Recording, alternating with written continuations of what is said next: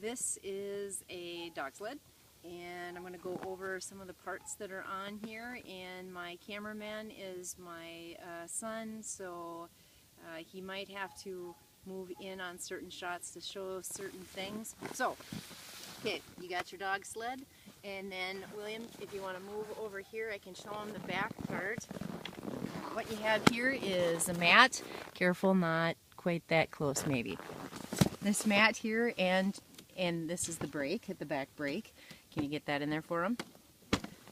Got it. Excellent. Back on me. Okay, so what we do with this is when the dogs are pulling the sled, you have your two skis here and the runners, and you'll stand on this mat. The mat will slow you down, and if you really need stopping power, that's when you'll put the brake in, and that's those two spikes right there. This is a sled bag, and before every race you have a certain thing of equipment that has to be in your sled bag, and it depends from race to race. Some of them require a sleeping bag. The one that I'm doing this coming weekend requires a sleeping bag, axe. This is a snow hook. This is what stops you. This is pretty much your most important piece of equipment when you're out on the trail. Some people hang it right here so you can grab it quickly. I have a bracket that mine sits in right there. That connects out to the front piece here where your gang line connects, and I'll get to that in just a minute.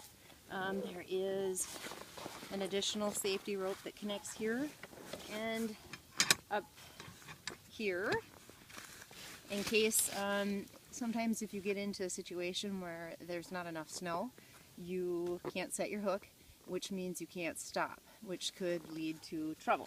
So this extra line you can tie off onto, say, a tree, whatever works. Mandatory gear requires that you have these things in your bag. A first aid kit. First aid kit has just lots of different things.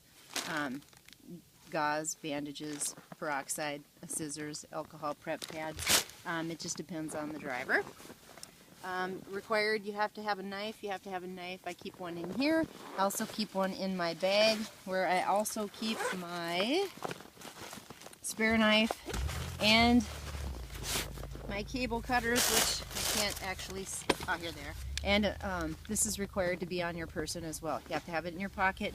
You have to have a compass in your pocket. I also keep, there's a compass in this pocket and compass on my sled bag that I keep in case you get lost, because you're going out there for a long ways. So this has to be on your person. Dog booties, you have to have a booty for every dog. And usually I go out in there. This is a dog booty. You just put their feet in it and wrap the Velcro around it like so. And that protects their feet and their paws when you're out there for a long way. Alright, this is a spare tug line. And this is a neckline connecting my 2 leaders. It's a bungee. And I think that's a little close. Thanks. This will connect the 2 leaders, and I'll show you that in just a minute.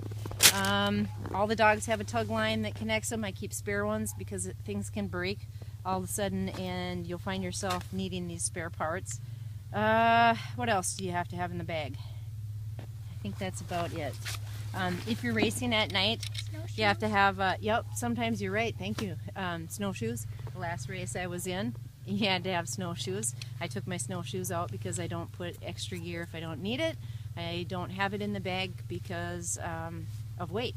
So less weight means you go faster. But this is a flasher collar, and it's required to be on your leaders. I also have, I took the extra ones out. Now they're not in here. They're in the truck. But I keep one flasher on every dog if you're running at night, just because you want your dog to be able to be seen. Alright, that's that. Next up, harnesses. Depends again if you're running a race that's at night. They have to have reflective tape on them. Not all of the harnesses that are here have reflective tape on them, just because I don't use them at night. Okay, here comes Dad, so why don't you hit stop